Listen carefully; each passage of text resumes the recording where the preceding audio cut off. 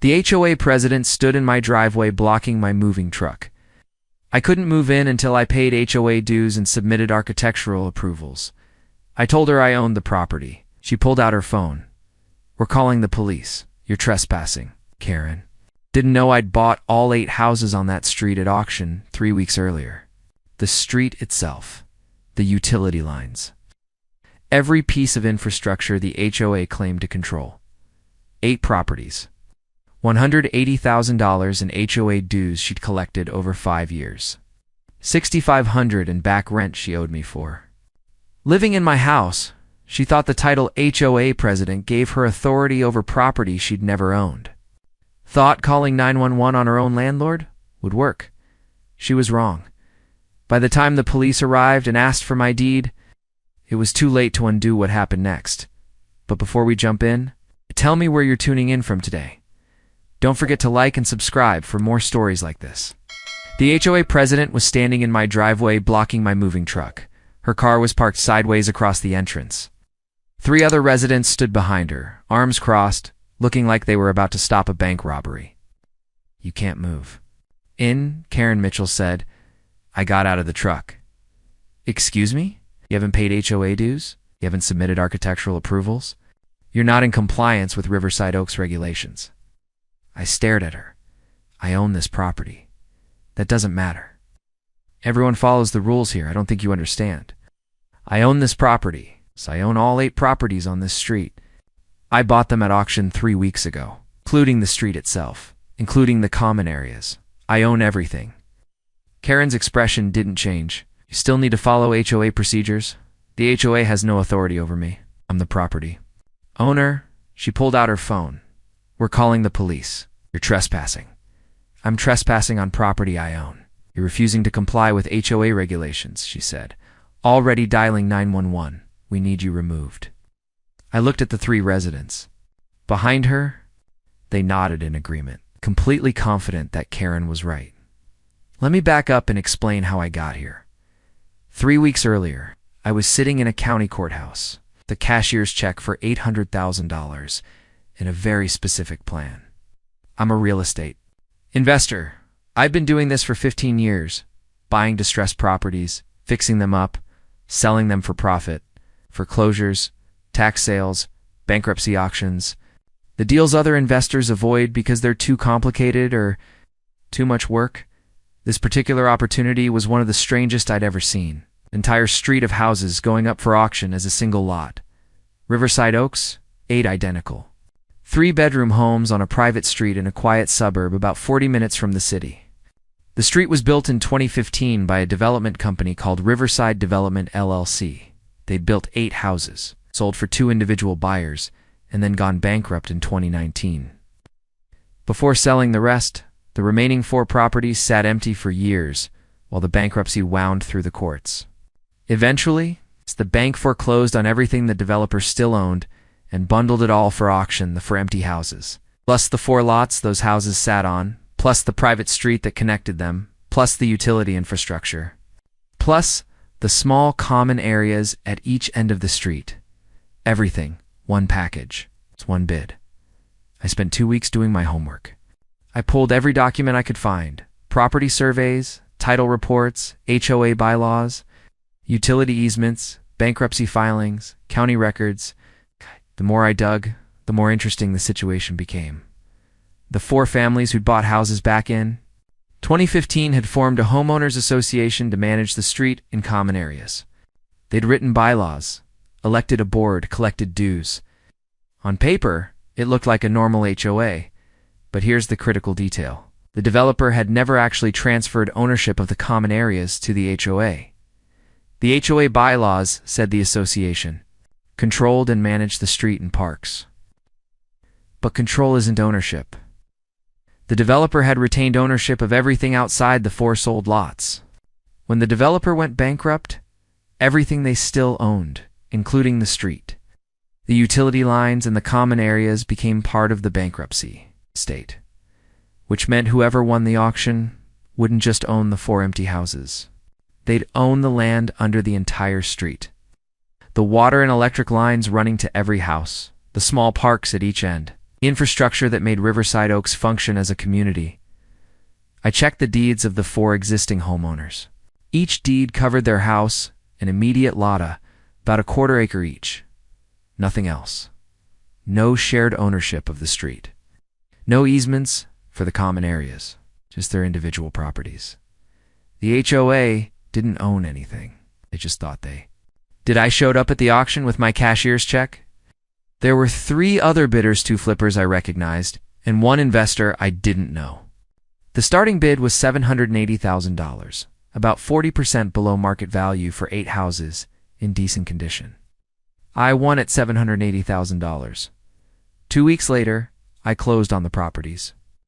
I now owned all 8 houses on Riverside Oaks, plus the private street they sat on, plus the common areas, plus the utility infrastructure running underneath it all. My plan was straightforward: renovate and sell 6 of the houses, keep 2 as long-term rentals. I'd move into the nicest one, lot 8, at the end of the street while I did the renovation work on the others. After 15 years of flipping properties and never staying anywhere longer than 6 months, I was ready to finally settle down somewhere. Riverside Oaks seemed like the right place.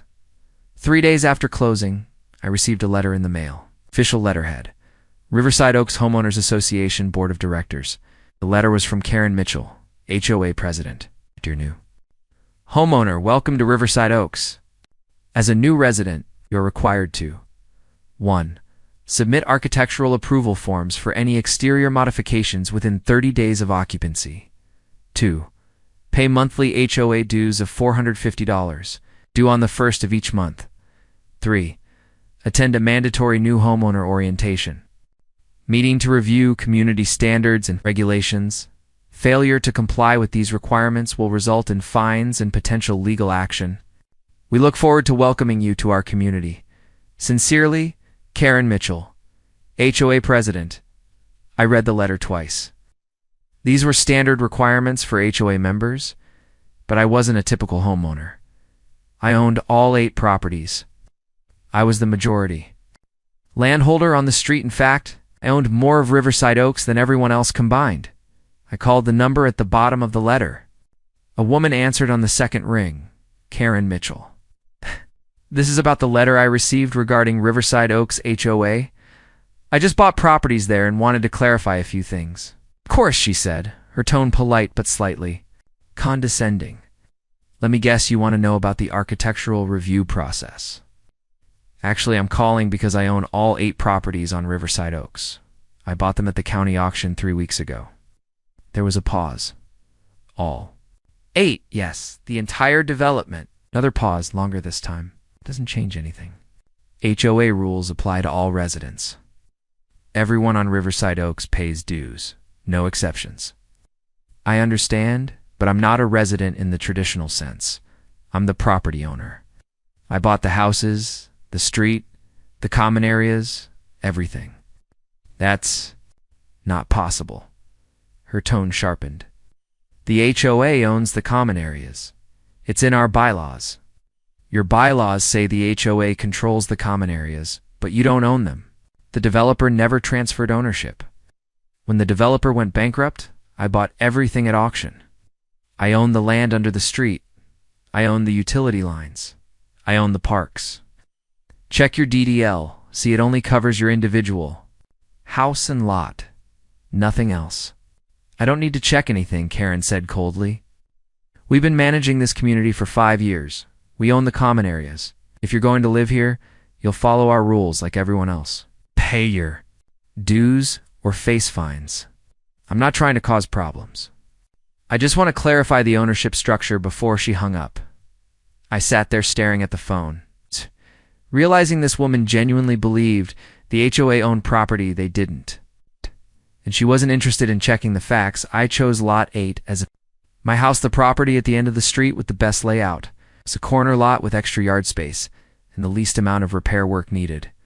Over the next 2 weeks, I did basic renovations, fresh paint inside and out, new appliances in the kitchen, fixed a leaky faucet, replaced outdated light fixtures, cleaned up the overgrown landscaping in the front yard. I didn't submit architectural approval forms. Legally, I didn't need to. The HOA had no authority over property I owned outright.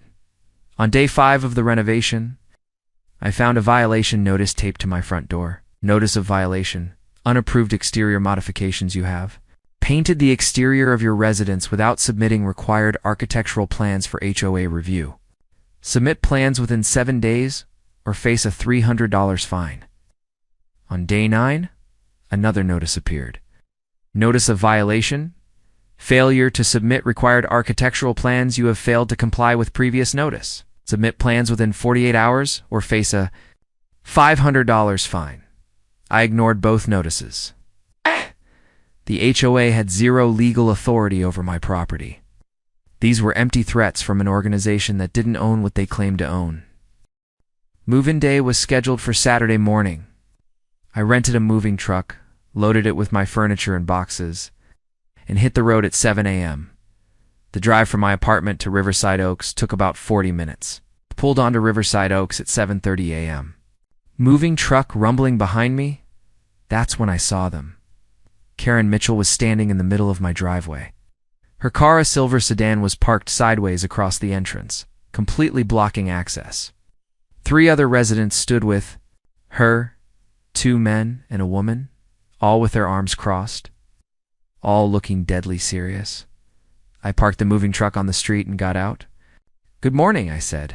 "You can't move in," Karen said. "Excuse me? You haven't paid your HOA dues. You haven't submitted architectural approvals. You haven't attended orientation.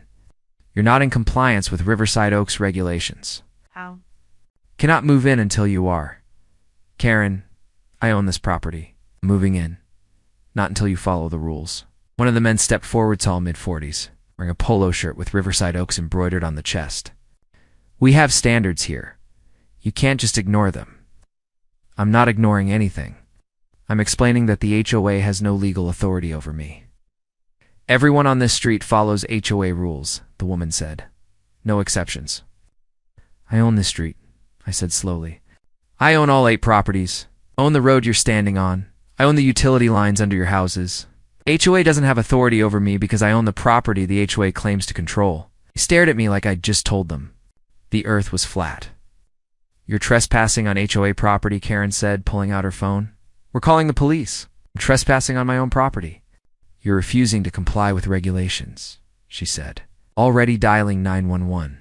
We need you removed from this community." I heard her speaking to the dispatcher, her voice urgent and authoritative. "Yes, we have someone trespassing and refusing to leave private property. He's trying to move into a house without HOA approval. We need officers here immediately." She gave them the address. My address, and hung up. "Police will be here in 10 minutes, she said, looking satisfied. I stood there next to my moving truck, staring at this woman who was calling the cops too. Evict me from my own property, a woman who lived on a street I owned, using utilities I owned, in a community whose entire infrastructure I controlled, and she had absolutely no idea. This was going to be a lot more complicated than I'd expected. The police arrived 8 minutes later. 2 officers, 1 older Hispanic man with sergeant stripes, 1 younger Asian woman. Their cruiser pulled up behind my moving truck, lights off. Karen immediately rushed toward them, waving her hands. "Thank God you're here. This man is trespassing." Pointed at me standing next to the moving truck like I was a wanted criminal. Officer Rodriguez, the older one, according to his name plate, looked at me, then at Karen, then at the moving truck loaded with furniture. "What's going on here?" "He's trying to move into a property without HOA approval," Karen said, her voice urgent and authoritative. "We have regulations. He's refused to comply with any of them. He's trespassing on HOA property." Officer Rodriguez turned to me. "Sir, do you live here?" "I'm trying to," I said. "I own this property. I was in the process of moving in when she blocked my driveway and called you." "You can't just move in," Karen interrupted. "There are procedures. Architectural approvals, HOA dues, orientation." Officer Rodriguez held up a hand. "Ma'am, slow down. Sounds like a civil matter. We can't enforce HOA rules. He's trespassing," Karen insisted. The younger officer, Shun, stepped forward. "Sir, Do you have documentation showing you own this property? Yes.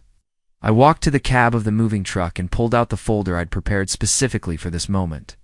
Inside were copies of the deed, the title report, and the closing documents from the county auction. I handed them to Officer Chen. She reviewed them carefully, flipping through pages. This shows you purchased the property at 42 Riverside Oaks. 3 weeks ago? Yes, and the 7 other properties on this street. I bought all 8 at a county foreclosure auction. Karen's face went pale. That's impossible. You can't own all of them.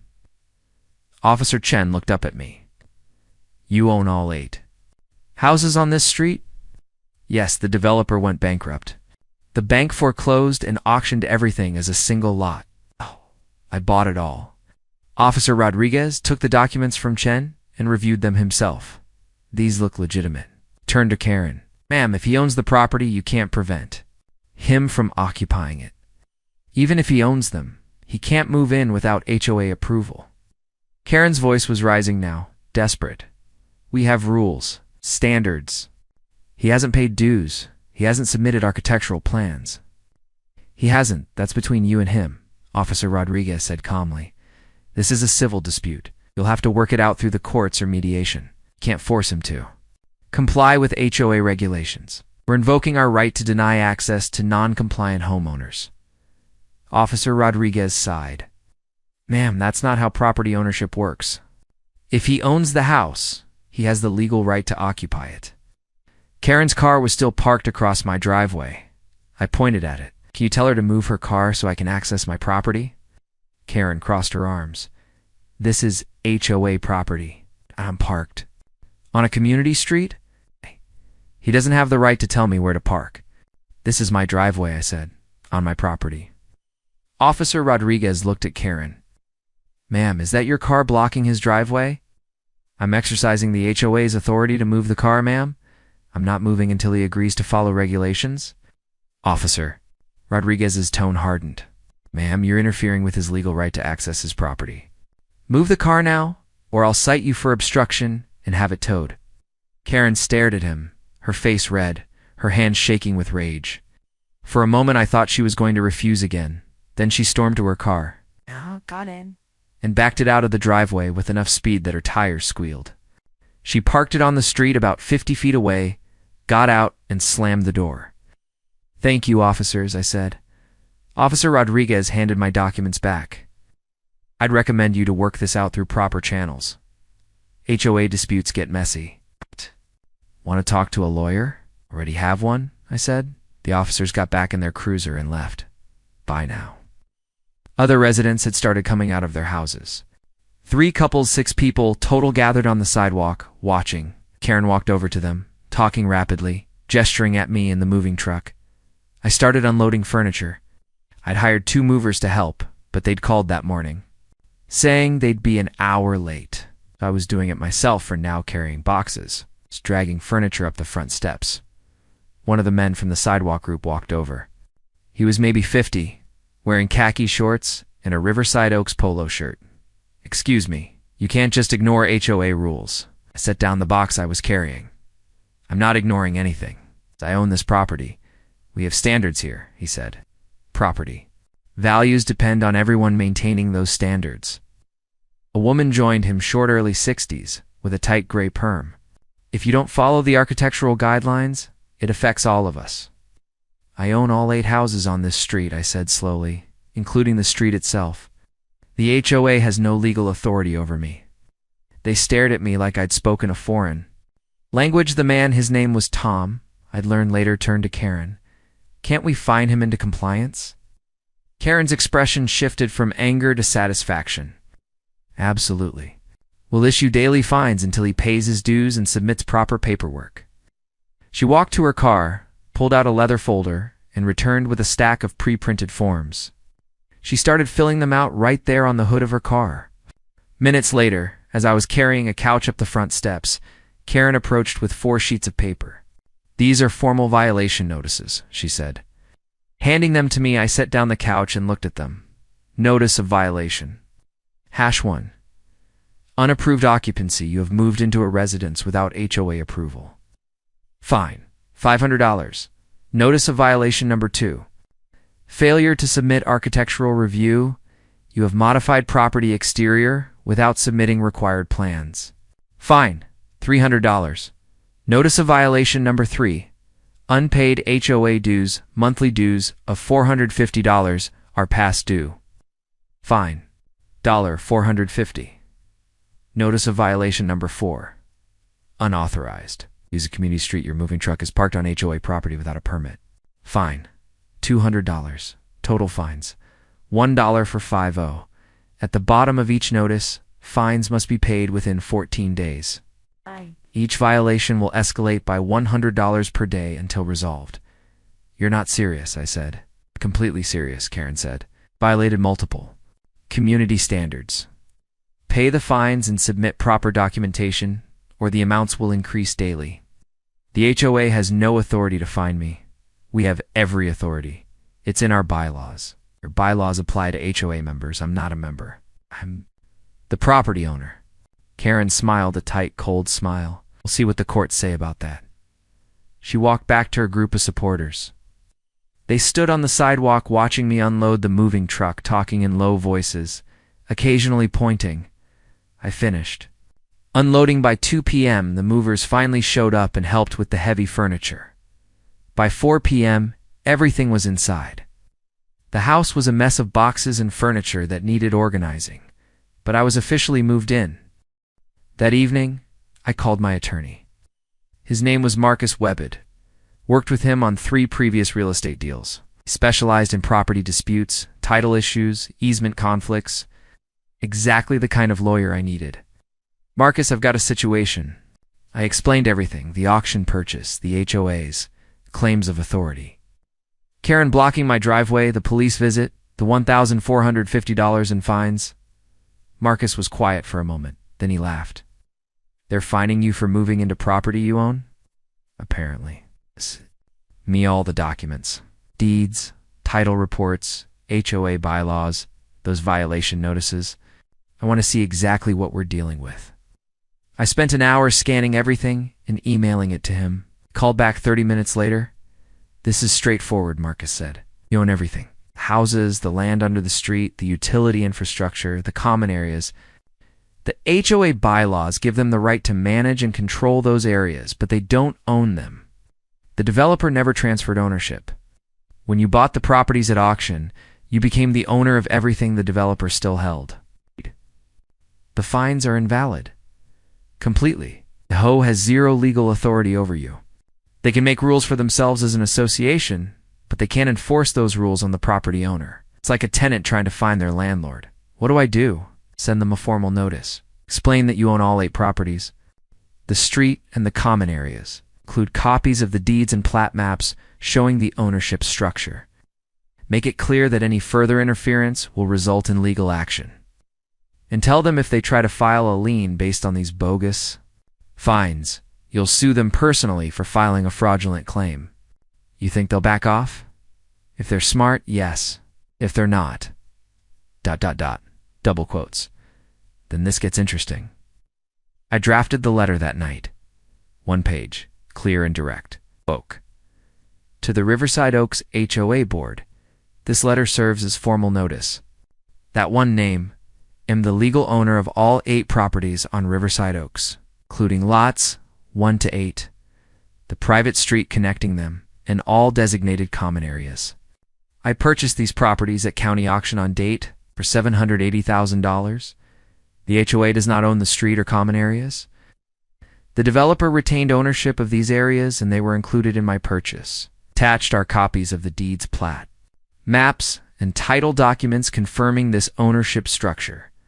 The violation notices issued on date are invalid. The HOA has no legal authority to issue fines or enforce regulations on property I own.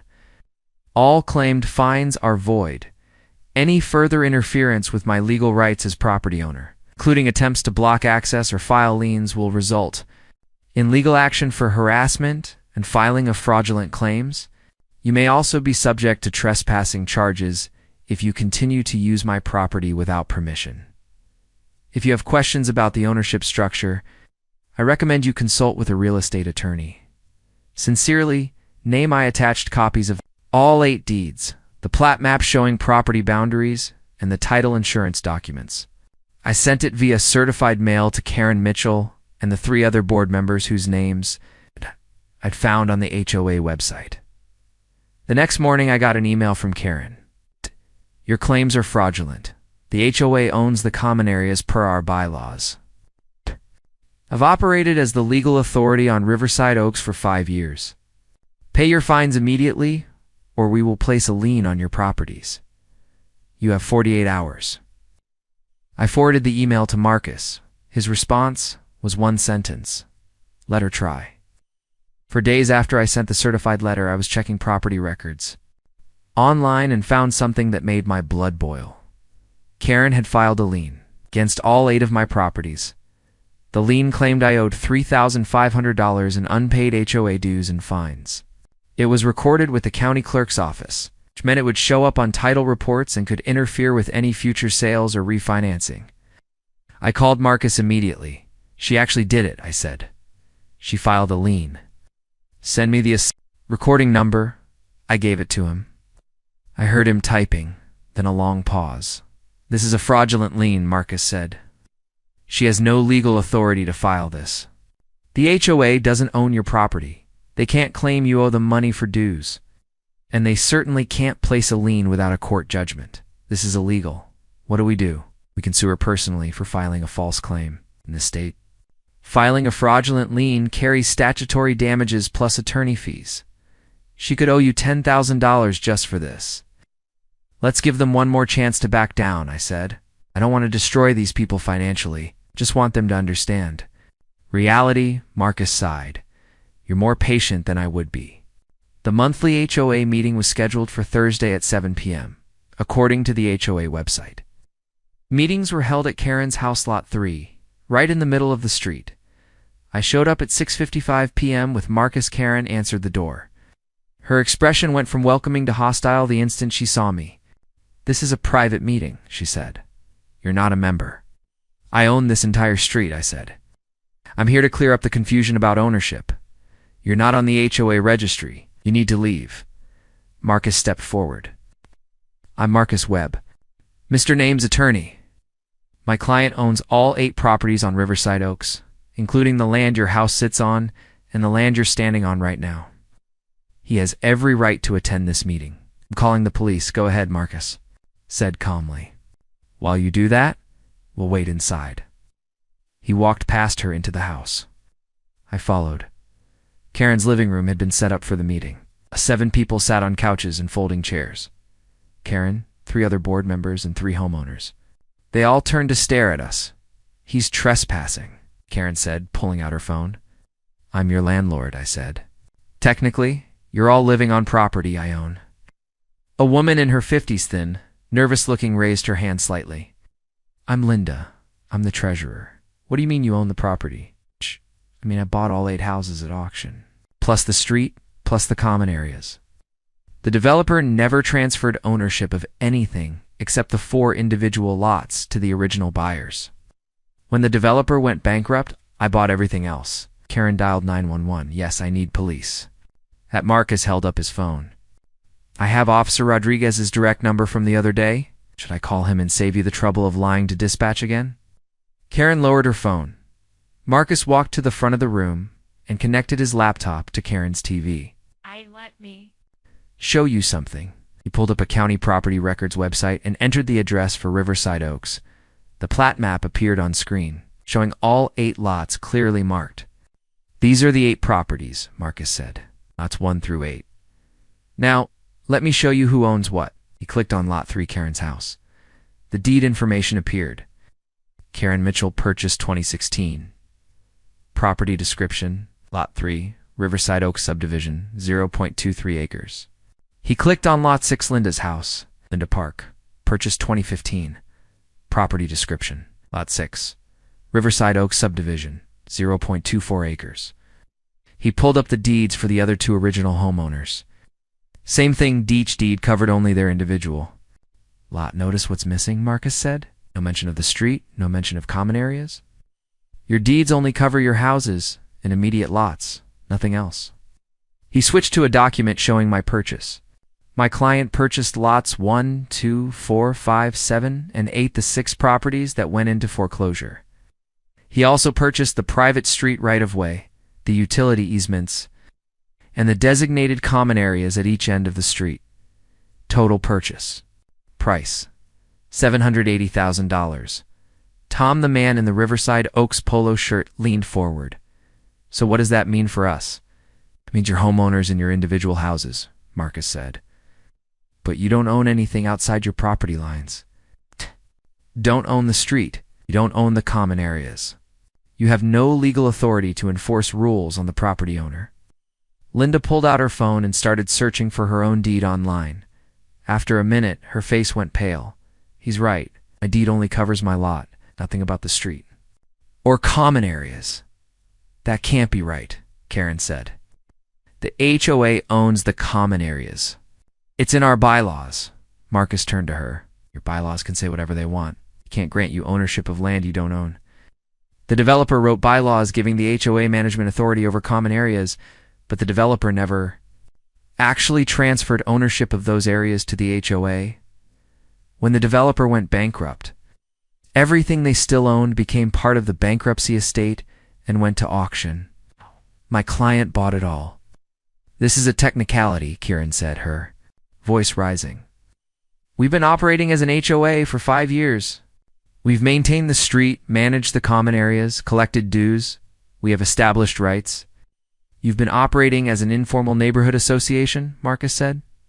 That's fine, but the moment you tried to enforce rules on the property, owner blocking his move-in, issuing fines, filing a fraudulent LENU, crossed from informal association into harassment and fraud, the room went silent. I stood up. Here's what I'm offering. I'll deed the street and common areas to the HOA at no cost. You'll own them outright. I'll even throw in $5,000 for initial maintenance. But there's one condition, Karen crossed her. Arms. What condition? You remove all fines against me, drop all claims, remove the fraudulent lien you filed, and resign as HOA president. The board elects a new president. We transfer the property, and everyone moves on. Clean slate. Absolutely not, Karen said. I built this community. Been president since day one. I'm not stepping down because you bought some houses at an auction. And I keep ownership of the street and common areas, I said. I start enforcing my rules. What rules? Tom asked. I looked at him. I own the street. That means I control who uses it. I own the utility infrastructure. The water and electric lines run through easements on my property. I own the common areas where you park your cars and walk your dogs. A woman I hadn't met yet, Susan, according to the name on her HOA badge, spoke up.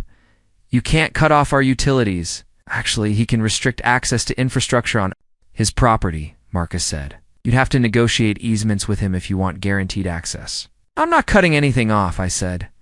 But I am going to start charging for use of my property. Starting next week, there will be an annual fee to use the private street. You can't charge us to use the street, Karen shouted. It's private property, I said. I absolutely can. If you don't like it, you can use the public road, which is about a quarter mile that way. I pointed the next morning. I had a contractor install private property. No parking signs along both sides of Riverside Oaks. Bright red signs, professionally made. Every 50 feet at each end of the street, I installed security cameras with clear views of the entire road. Then I posted a notice on every front door. Notice: Riverside Oaks is private property owned by name. Unauthorized parking is prohibited. Vehicles will be towed at owner's expense. Residents may purchase annual parking permits for $1,200 a year. Contact email to arrange payment. Karen's response was immediate. She parked her car directly in front of her house, right under one of the no parking signs. I gave her 30 minutes. Then I called the tow company I'd already arranged. The truck arrived 20 minutes later. The driver hooked up Karen's silver sedan and drove away. Karen came running out of her house. What are you doing? That's my car. You're parked illegally on private property, I said. The signs are clearly posted. This is my street. I live here. This is my street. You live in a house on my street. She pulled out her phone and called the police. Again. The same two officers from before. Rodriguez and Shun showed up 15 minutes later. He stole my car, Karen said. He had it illegally towed. Officer Rodriguez looked at the no parking signs, then at me. Sir, did you have her vehicle towed? Yes. She was parked on private property without permission. You own this street? I handed him the same documents from before, plus the new plat map with ownership clearly marked. Officer Rodriguez reviewed them and sighed. Ma'am, he owns the street. He has the right to control parking. I live here. Well, I have to park somewhere. That's between you and him, Officer Rodriguez said. If he owns the property and you're parked without permission, it's a legal tow. Karen's hands were shaking. Where's my car? Joe's towing, I said. It'll cost you $250 to get it out of impound. That night, Karen sent an email to all Riverside Oaks residents calling an emergency HOA meeting. Subject line, urgent legal action against property owner for harassment and extortion. The meeting was held 2 days later. I didn't attend, but Linda the treasurer called me afterward. We voted to hire an attorney to sue you, she said quietly. Karen pushed it through. I voted against it, but she had the majority. Good. You hire? Some firm from downtown? Thompson and Associates? I called Marcus and told him, 2 days later. Marcus got a call from the attorney. Karen had hired a man named Robert Thompson. Marcus put him on speaker so I could hear. Marcus, I've reviewed the case, Thompson said. Your client owns everything. The deeds are clear. The HOA has no standing. That's what I told them. I recommended they drop this and settle, except his offer to deed the common areas, cut their losses, and the President Karen Mitchell refused. She wants to go to court. She's convinced they have established rights through years of operation. They don't. I know. I told her that. Won't listen. So here's what I'm doing. I'm withdrawing from the case. I'm not taking their money to file a lawsuit. I know they'll lose. Called to give you a heads up. She's going to find another attorney, someone less ethical who'll file anyway. Thanks for letting me know. Marcus looked up. Me. She's going to court. Let her, I said. I'm done being patient. Karen found a new attorney within a week. His name was David Chen, and according to his website, he specialized in aggressive advocacy for homeowners' rights. His billboards were all over the highway fighting for you. Marcus got the lawsuit complaint 2 weeks later. Called me that afternoon. They filed, he said. What are they claiming? It's interference with homeowner rights, extortion, harassment. And my personal favorite, weaponizing property ownership to punish residents. Weaponizing property ownership? That's the actual language in the complaint. They're claiming you're using your ownership of the street to retaliate against the HOA for enforcing legitimate rules. What do they want? They want the court to force you to deed the common areas to the HOA at no cost, remove all parking restrictions, pay $50,000 in damages for emotional distress, and cover their legal fees. I laughed. They're suing me for doing exactly what I offered to do for free? Except they don't want you to have any conditions. They want the land. They want you to stop charging for parking, and they want you to pay them for the trouble. Can they win? No. This is frivolous, but we'll have to defend it, which means time and money. That's what they're counting on, making it expensive enough that you settle. I'm not settling, good Marcus said, because I want to bury them. Discovery. Started in January. Marcus requested all financial records from the HOA, going back 5 years, bank statements, receipts, invoices, dues, collection records.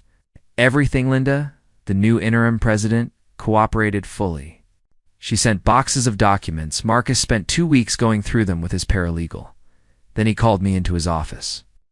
You need to see this, he said, spreading papers across his conference table. The HOA had been collecting dues from all. For original homeowners for 5 years at $450 per month per house, total collected approximately $180,000. That's a lot of money for maintaining a single street and 2 small parks, I said. Look at what they spent it on. The financial records showed approximately $40,000 spent on actual maintenance over 5 years. Snow plowing, lawn care for the common areas, some landscaping, replacing a few streetlights. The remaining $140,000 had mostly gone to a company called Greenscape Management Services for something called Community Management and Consulting. To Marcus. Pulled up the business registration for Greenscape Management. The owner, Karen Mitchell, she's been paying herself, said $2,500 per month for 5 years. That's $150,000 directly into her pocket. There's also a line item for HOA president compensation, another $500 per month. Is that legal? It depends. Some HOAs compensate board members, but it has to be disclosed to homeowners and approved by vote. I asked Linda. She had no idea Karen was taking any money. Karen handled all vendor contracts herself. The other board members only saw summary financial reports, never the actual invoices.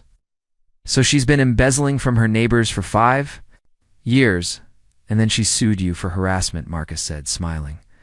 We're filing a counterclaim. The counterclaim was 20 pages long. Marcus filed it a week later. It named Karen Mitchell personally for fraud, fraudulent lien filing, and theft of services, specifically using my private street for 5 years without permission or payment. It also named the 3 board members who'd authorized the lawsuit for enabling fraudulent actions, though Marcus noted in the filing that Linda had cooperated fully with discovery. We demanded $25,000 in damages, removal of the fraudulent lien, reimbursement of all legal fees, and a full accounting of HOA funds. The court ordered mediation before trial. The session was scheduled for February 15th at the county courthouse. The mediator was a retired judge named Patricia Hoffman. She'd been doing mediation for 20 years and had a reputation for not tolerating nonsense. We met in a conference room, me and Marcus on one side, Karen and her attorney David Chen on the other. Linda and the other board members sat in a separate waiting room. Judge Hoffman reviewed both the lawsuit and counterclaim for 30 minutes while we sat in silence. Then she looked up. Let me be direct, she said. The HOA has no legal standing. Here, you don't own the property you claim to control. Mr. Name bought it at a legitimate auction. Your bylaws don't grant you ownership rights. They never did. Karen started to speak. Judge Hoffman held up her hand. However, she continued, turning to me, you're within your legal rights. But you're creating problems for innocent homeowners who had nothing to do with this dispute. Charging $1,200 per year for street parking is punitive. I offered to deed everything to the HOA for free, I said. She refused. I'm not resigning, Karen said. I built this community. Judge Hoffman looked at her. Ms. Mitchell, you've also apparently paid yourself $150,000 from HOA funds without proper disclosure. That's going to be a problem if we go to trial. Karen's face went pale. Those were legitimate management fees. Were they approved by the board, disclosed to homeowners? Silence. Here's my recommendation, Judge Hoffman said. Mr. Name deeds the street and common areas to the HOA. The HOA pays him $50,000 for 5 years of unauthorized use. Ms. Mitchell resigns as president and is permanently banned from the board. All fines against Mr. Name are voided. Everyone moves on. Linda was called in from the waiting room. She agreed immediately. That's fair, Linda said. We'll accept Ms. Mitchell. Judge Hoffman asked. No, Karen said. I'm not resigning. I've been president since this community was founded. I'm not stepping down. The other 2 board members, Tom and Susan, were brought in. Judge Hoffman explained the proposed settlement. We should take it, Tom said. Karen, we can't win this. We're going to trial, Karen said. I'm not backing down. Linda looked at her. Karen, we can't afford to lose this. If we go to trial and lose, we'll owe his legal fees on top of everything. Else, some of us could be held personally liable. We're not losing, Karen said. This isn't your decision alone, Linda said. We're a board. We vote. They held an emergency vote right there in the mediation room. 3 votes to accept the settlement. 1 vote Corinne's to proceed to trial. You can't override me, Corinne shouted. I'm the president. You were the president, Linda said. As of this moment, the board votes to remove you for acting against the HOA's best interests. I'm now interim president, and I'm accepting this settlement. Karen stood up, knocking her chair backward. I'll sue all of you for this. Get in line, Marcus said. Karen stormed out. Her attorney David Chen looked embarrassed, ill. I'll be in touch about withdrawing from the case. 2 days later, Karen filed for a restraining order against me. The petition claimed I was harassing her, stalking her property, and creating a hostile living environment. The hearing was scheduled for the following week. I showed up with Marcus. Karen showed up alone. David Chen had officially withdrawn as her attorney. The judge reviewed Karen's petition, then looked at me. Mr. Name, have you had any contact with Ms. Mitchell in the past 2 weeks? No, Your Honor. I've avoided her completely. Have you threatened her in any way? No, Your Honor. The judge turned to Karen. Ms. Mitchell? What evidence do you have of harassment? He towed my car. He installed cameras pointing at my house. He's trying to force me out of the community. I built. He owns the street where your car was parked, has the right to install security cameras on his property. And according to the mediation report, he's offered to deed the common areas to the HOA. I see no evidence of harassment here. Petition denied. Karen started posting on neighborhood social media that night. Facebook groups, Nextdoor, community forums, seen where she could reach people. Local investor trying to steal our community. Riverside Oaks is under attack from corporate greed. Stand with us. She created an online petition. Save Riverside Oaks from predatory property practices. And she got 50 signatures from people in surrounding neighborhoods who had no idea what the actual situation was. Linda called me. I'm sorry about this. What? We're trying to get her to stop. It's fine, I said. Let her vent. 3 days later, Linda called again. We held an emergency board meeting without Karen. We voted to remove her as president for acting against the HOA's best interests and exposing us to legal liability. I'm now the official president. Can you do that? The bylaws allow removal of board members by majority vote for cause. We had cause. She's out. What did she say? We didn't tell her. We'll send her a formal letter tomorrow. Linda called me the next day. We want to settle. What do you need? The original offer stands. I'll deed the street and common areas too. The HOA for free. You pay me $15,000 for past unauthorized use. I'm reducing it from $50,000 as a gesture of goodwill. All fines against me are voided. Karen is permanently banned from the board, and the HOA issues a formal apology. Done, Linda said. I'll have our attorney draw up the papers. The settlement was finalized 2 weeks later. Deeds to the street in both common areas. The HOA paid me $15,000. All fines were officially voided. The fraudulent lien was removed from the county records. Linda sent a formal apology letter on HOA letterhead, acknowledging that I'd been treated unfairly, and that the HOA had overstepped its authority. Karen showed up at the next HOA meeting. Anyway, walking in like she still belonged there. I'm here for the board meeting, she announced. Linda looked up from the head of the table. Karen, you were removed from the board by majority vote. You're no longer president. That vote was invalid. I'm still president. No, you're not. The vote was legitimate and followed proper procedure. You're welcome to attend as a resident, but you're not on the board. I'll sue all of you for this, Karen shouted, Tom to man in the Riverside Oaks. Polaw stood up. Karen, just stop. You've cost us enough already. Settled the lawsuit. We paid him $15,000 we didn't have, and we almost got sued personally because of your ego. It's over. Karen left without another word. The street and common areas now officially belong to the HOA. Maintenance was their responsibility. The parking permits I'd imposed were voided. Okay, everything went back to normal, except for one thing. A week after the settlement, I was reviewing the property records for all 8 houses, making sure the deed transfers had been properly recorded. That's when I noticed something about Lot 3, Karen's house. It was listed as a rental property. I pulled up the lease agreements that had transferred to me when I bought the properties. Most of the houses had been vacant, but 2 had existing tenants whose leases I'd inherited. One of them was Karen Mitchell. She wasn't a homeowner. She'd been renting from the previous owner, the developer who'd gone bankrupt. When I bought the properties at auction, I'd become her landlord. I checked the payment history. Her rent was $2,200 per month. Her lease had expired 4 months ago and converted to month-to-month. Her last payment was 3 months ago. She was $6,600 behind on rent. I called Marcus. You're not going to believe this, I said. Karen Mitchell has been renting from you this entire time, Marcus said. She's been acting like she owns the place, running the HOA like a dictator, calling the police to evict you from your own property, and the whole time, she's been your tenant. I stared at the lease agreement on my screen. Tenant name, Karen Mitchell. Lot 3, Riverside Oaks. Monthly rent, $2,200. Last payment received 3 months ago. She owes me $6,600 in back rent, I said. Her lease expired 4 months ago, Marcus added.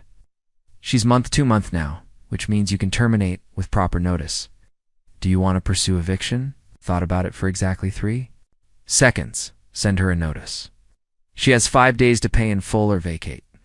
Marcus drafted the notice that afternoon. It was direct and legally precise.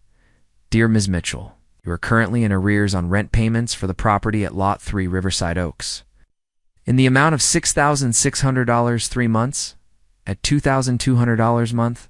This constitutes a material breach of your lease agreement. You have 5 days from receipt of this notice to pay all past due rent in full or vacate the premises. Failure to comply will result in eviction proceedings. Sincerely, Marcus Webb.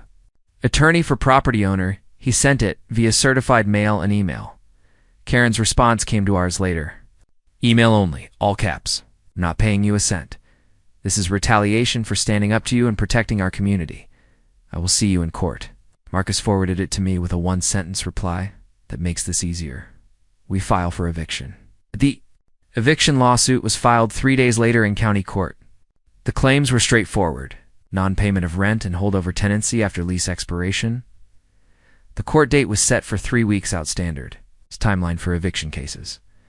Karen received the summons by a sheriff's deputy at her front door. I watched from my window as she read it, her face going red, then pale, then red again. That night, she posted on every social media platform she could find. Urgent. Greedy landlord is trying to evict me for standing up for homeowners' rights. This is retaliation because I fought his predatory practices. He's trying to make me homeless because I dared to challenge him. Hashtag Justice Forker and hashtag Stand Up to Greed. She posted photos of herself looking sad and vulnerable. She posted screenshots of the eviction notice with my name highlighted. She created a GoFundMe, Help Karen Fight Unjust Eviction. Within 2 days, she'd raised $400 from people who didn't know the full story. I stayed quiet. Marcus advised me not to respond publicly, would only fuel the drama. But the residents of Riverside Oaks knew the truth. They started speaking.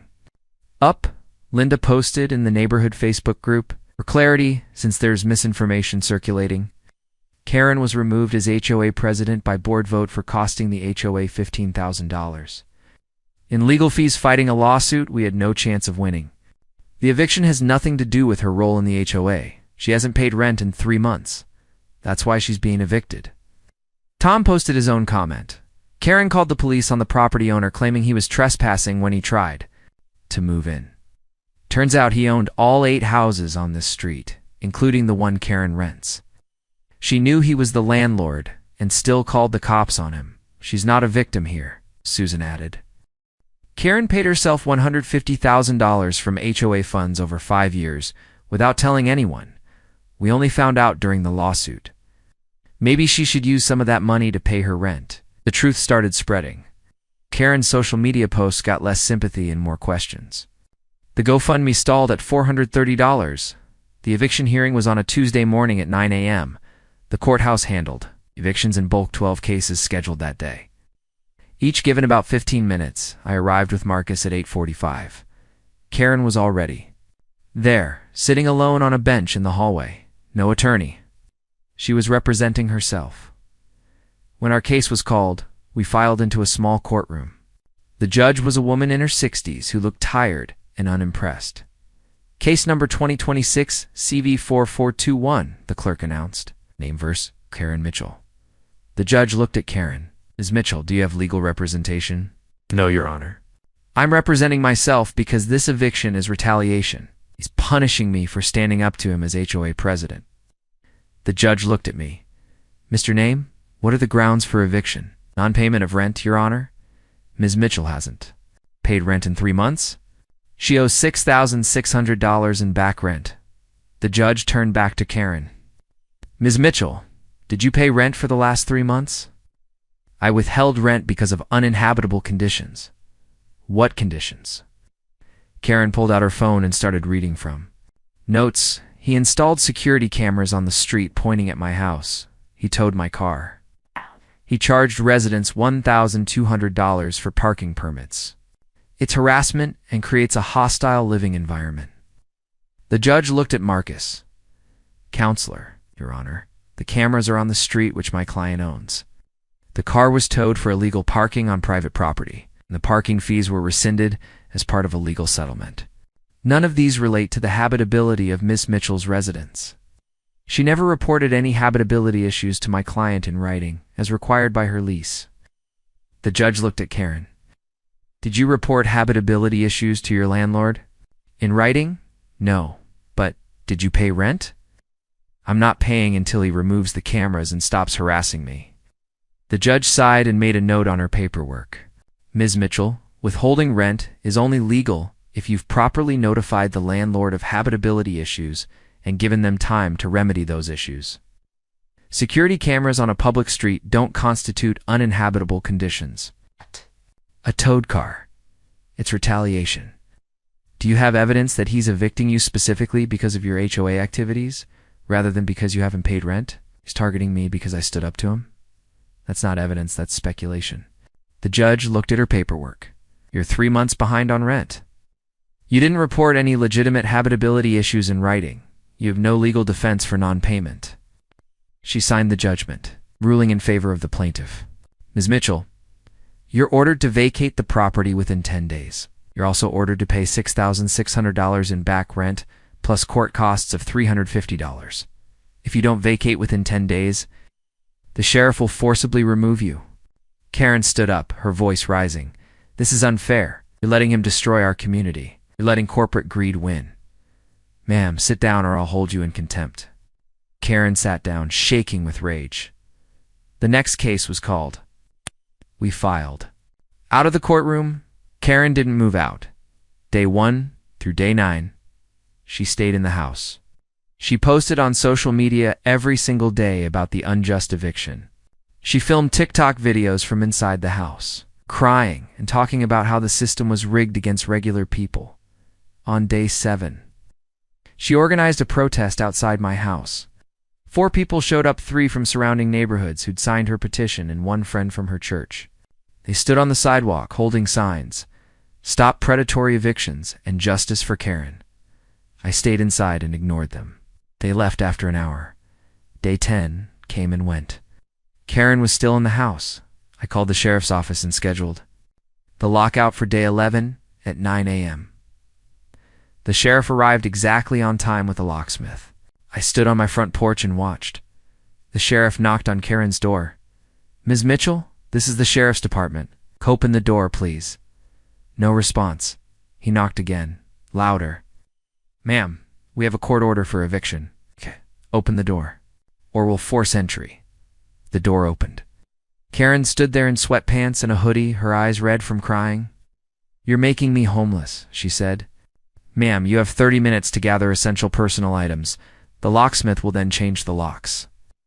Any items left behind will be stored for 15 days, after which they'll be disposed of per state law." "Where am I supposed to go?" "It's not my concern, ma'am." "You were ordered to vacate 10 days ago." Karen grabbed suitcases and started packing. She took clothes, some boxes of personal items, her laptop. She left most of the furniture per the lease agreement. The rental came partially furnished, and that furniture stayed with the property. At 9:35 a.m., she carried the last suitcase to her car. The locksmith changed the locks. The sheriff handed me the new keys. Karen sat in her car for 5 minutes, crying. Then she drove away. Linda called me that afternoon. She's gone. She's gone.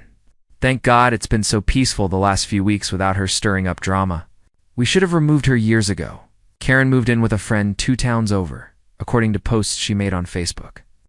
She continued posting bitter messages about corrupt landlords and rigged courts for weeks. Fewer and fewer people engaged. With them, the residents of Riverside Oaks were relieved. The HOA ran smoothly under Linda's leadership. No drama, no lawsuits. just normal neighborhood maintenance. 2 weeks after the eviction, I received a notice in the mail from City Code Enforcement. Someone had filed a complaint claiming my rental properties on Riverside Oaks violated safety codes. The complaint listed structural damage, electrical hazards, and unpermitted modifications. A city inspector showed up 3 days later. He walked through the property Karen had been renting, checking outlets, stairs, railings, smoke detectors. He found 2 minor issues: a loose handrail on the front steps and 2 electrical outlets with outdated covers. Nothing serious, nothing that constituted a safety violation. "I'll write these up," the inspector said. "You've got 30 days to fix them. After that, you're clear." "Can I ask who filed the complaint?" He checked his paperwork. "Filed online, name listed as ... Jennifer Thompson." I'd never heard of Jennifer Thompson. I asked. Linda and Tom neither had heard the name either. "Might be fake," the inspector said. We get that sometimes. People file complaints under fake names. I had the repairs done within a week. Then another complaint came in. Different fake name, Robert Martinez, claiming the house at Lot 5 had plumbing issues and mold. Another inspection, nothing found. Then another complaint. Susan Chen, electrical hazards at Lot 7. Another inspection. Nothing found. Over 3 weeks, I received 8 separate code enforcement complaints, all filed under different fake names, all claiming violations at different properties on Riverside Oaks. Every inspection cost me $300 and half a day of my time. The city was getting annoyed too. They were sending inspectors out for bogus complaints. I called Marcus. "Someone's filing false complaints. I think it's Karen." "Can you prove it?" "Not yet." Marcus contacted the city attorney's office. He explained the situation and requested the IP addresses of the computers used to file the online complaints. The city attorney reviewed the request and agreed filing false complaints was illegal. And if someone was abusing the system, they wanted to know. 2 weeks later, Marcus got the report. 8 complaints. 3 different IP addresses. 1 matched. Karen's cell phone. 1 matched a public library computer security footage showed Karen using that computer at the exact timestamp the complaint was filed. 1 matched a coffee shop downtown. Karen's credit card receipt showed she'd been there at the exact time that complaint was submitted. She filed all 8 complaints, Marcus said, using fake names, trying to get your properties condemned or at least cost you time and money. What do? We file for a restraining order, and we sue her for harassment. But the complaints didn't stop after the first 8. Over the next 3 weeks, I received 12 more code enforcement complaints, all filed anonymously or under obviously fake names. Michael Johnson claimed Lot 2 had structural damage to the foundation. Patricia Lee reported electrical hazards at Lot 4. David Williams said Lot 7 had unpermitted work and plumbing violations. The city sent inspectors every single time. Each inspection cost me $300 and ate up half a day while I met the inspector, walked them through the property, and waited while they checked everything. They never found anything serious. A loose outlet cover here, a minor crack in a sidewalk there. Nothing that constituted a real violation. By the 12th complaint, even the city inspectors were getting annoyed. "Whoever's filing these is wasting everyone's time," one inspector told me. "These are bogus complaints. Should file a police report. Someone's filing false complaints to harass you. That's illegal. We need to find out who." "I think we both know who," I said. Marcus contacted the city attorney's office and requested the IP addresses of all computers used to file the online complaints. He explained the situation: serial false complaints, clear pattern of harassment, abuse of city resources. The city attorney agreed to provide the information. Filing false complaints was a misdemeanor, and if someone was systematically abusing the system, they wanted to prosecute. 2 weeks later, we got the report. 12 complaints filed over 3 weeks. 3 different IP addresses. The first IP address matched Karen. Mitchell's cell phone traced through her mobile carrier. The second matched a computer at the public library on Maple Street. Marcus requested security footage from the library for the date and time that complaint was filed. The footage showed Karen sitting at that computer at exactly 2:47 p.m. The timestamp on the complaint submission, the third IP address belonged to a coffee shop downtown called Brew and Bean. Marcus checked Karen's credit card records. She'd used her card at that coffee shop at 10:23 a.m. on the day that complaint was filed. The complaint timestamp, 10:31 a.m. She filed all 12 complaints, Marcus said. Using fake names, different locations, trying to cover her tracks. She's harassing you. What do? We file for a restraining order? And then we sue her for every dime this has cost you. The restraining order hearing was scheduled 2 weeks later. Karen showed up representing herself again, no attorney. Marcus presented the evidence, the fake complaints, the IP address matches, the security footage, the credit card receipts. He also presented evidence that Karen had been repeatedly driving past my properties on Riverside Oaks despite no longer living there. The judge reviewed everything carefully. Then he looked at Karen. Double quotes, Miss Mitchell, did you file these complaints? Was concerned about safety, Karen said. Those properties are rentals now. I wanted to make sure they were up to code. Under fake names. I didn't want him to retaliate against me. You filed 12 complaints in 3 weeks. City inspectors found no violations. You used city resources to harass the plaintiff. I was protecting my former community. The judge was not impressed. You were evicted from that community for non-payment of rent. You no longer have any connection to those properties. Filing false complaints is abuse of government resources and constitutes harassment. He signed the restraining order. Ms. Mitchell, you are ordered to stay at least 500 feet from all properties on Riverside Oaks. You may not contact the plaintiff directly or indirectly. You may not file any further complaints regarding those properties unless you have first-hand knowledge of an actual code violation. Violation of this order will result in arrest. He also ordered Karen to pay $2,400 in reimbursement for the false inspection costs. $200 per complaint times 12. This is unfair, Karen said, standing. He evicted me illegally, and now you're punishing me for trying to hold him accountable. Ma'am, sit down. This hearing is over. 3 days after the restraining order was issued, I got a call at 6 a.m. from Tom, one of the Riverside Oaks residents. You need to come down here, he said. Someone vandalized your properties. I drove to Riverside Oaks at 6:30 a.m. 3 of the garage doors had been spray painted with the words, "Greedy Landlord" in red paint. 2 mailboxes had been knocked over and smashed. A window at Lot 5 was cracked. I called the police.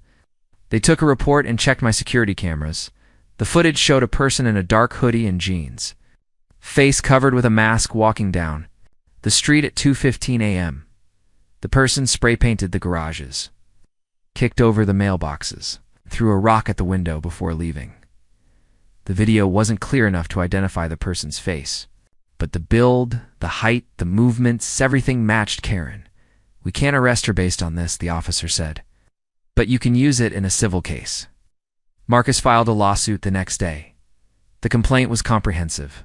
$6,600 in unpaid back rent from the eviction, $2,400 in false inspection costs that the judge had already ordered but Karen hadn't paid, $3,500 in vandalism damages, $8,000 in legal fees, plus damages for harassment and defamation based on her social media posts claiming I'd engaged in predatory practices, total $20,500. This time, Karen hired an attorney, one of those personal injury lawyers who advertises on bus benches and late-night TV. His name was Rick Donovan, and his slogan was, "We fight for you." Rick called Marcus 2 days after being hired. Marcus put him on speaker. I've reviewed the case, Rick said. Your client has strong evidence. My advice to Ms. Mitchell is to settle. What did she say? Marcus asked. She said she's not giving him assent. She thinks she can win on principle. There's no principle here. She didn't pay rent, filed false complaints, and likely vandalized his property. I know. I told her that. She won't listen, so I'm withdrawing. I'm not taking her money to fight a case she's going to lose. Karen fired Rick and decided to represent herself. Again, the trial was held on a Wednesday in civil court. The judge a different one this time.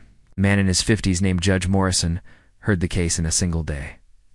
Marcus presented the evidence methodically. The lease agreement showing Karen had stopped paying rent. The eviction judgment. But IP address records proving she'd filed 12 false code complaints. Photos of the vandalism. Video footage showing a person matching her description. Screenshots of her defamatory social media posts claiming I was a predatory investor. Karen's defense was emotional and repetitive. He's a corporate investor, destroying communities. I was protecting homeowners. I built that community. He tore it apart with his greed. Marcus cross-examined her. Ms. Mitchell, did you pay rent for 3 months before you were evicted? I withheld it in protest of his harassment. That's a yes or no question. Did you pay rent? No, but did you file 12 code enforcement complaints in 3 weeks? I was concerned about safety. Using fake names? Karen hesitated. I wanted to remain anonymous, because you knew the complaints were false. They weren't false. Did inspectors find any violations? Minor ones. Did they find any violations that justified 12 separate complaints? Silence. Marcus displayed the vandalism video on the courtroom screen. This person is approximately 5'6", 140 pounds, wearing a hoodie and jeans. Does that match your build, Ms. Mitchell? That could be anyone. The vandalism occurred at 2:15 a.m., 3 days after you were issued a restraining order. Where were you at 2:15 a.m. that night? I was home. Can anyone verify that? I live alone. Marcus pulled up a traffic camera image showing Karen's car parked 2 blocks from Riverside Oaks at 2:03 a.m. This is your vehicle, registered to you, parked near the scene at the time of the vandalism. Karen's face went red. That doesn't prove anything. Judge Morrison had heard enough. He ruled from the bench. I find in favor of the plaintiff on all counts. Ms. Mitchell, your behavior has been vindictive, illegal, and destructive. You didn't pay rent. You filed false complaints to harass the plaintiff. And the evidence strongly suggests you vandalized his property in violation of a restraining order. He ordered Karen to pay $20,500 in total damages, including back rent, inspection costs, vandalism repairs, legal fees, and additional damages for harassment and defamation. If I see you in this courtroom again for anything similar, I will consider referring this matter for criminal prosecution. Do you understand? This is unfair. Do you understand, Ms. Mitchell? Yes. Karen didn't pay. She ignored the judgment for 2 months. Marcus filed for wage garnishment. Karen worked as an office manager at a dental practice, making about $3,200 per month. The court ordered 25% of her after-tax wages garnished until the judgment was paid. In full, Karen posted about it on Facebook. System is rigged against regular people. Courts protect corporate greed. Former Riverside Oaks residents commented on her posts. Tom wrote, "You brought this on yourself, Karen. You didn't pay rent for 3 months, harassed your landlord, and vandalized his property. Actions have consequences," Linda wrote. "You cost the HOA $15,000 fighting a lawsuit you knew we'd lose. You paid yourself $150,000 without telling anyone. Don't talk to us about fairness." With Karen gone, Riverside Oaks thrived. Linda ran the HOA transparently. She posted monthly financial reports online. She got competitive bids for all maintenance work. She didn't fine people for minor violations. The HOA became what it was supposed to be, a functional organization that maintained common areas and stayed out of residents' lives. I renovated the remaining vacant properties. I sold 4 of them to families who wanted to live there. I kept for as long-term rentals, including the one Karen had lived in. Property values on Riverside Oaks increased 12% over the next year, higher than surrounding neighborhoods. 1 year after the eviction, Karen was still paying off the judgment. Through wage garnishment, she had 3 more years to go. She posted occasionally on social media, still claiming she'd been protecting the community and that I was a predatory investor. Fewer and fewer people engaged with her posts. I rarely thought about her. Then one afternoon, I got an email notification from the State Real Estate Licensing Board.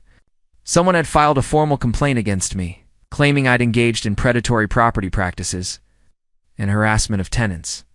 The complaint was filed by Karen Mitchell. I forwarded it to Marcus. He called the licensing board, explained the full history, and sent them copies of all court judgments. The board dismissed the complaint within a week. No merit, the letter said. Marcus called me. She's never going to stop.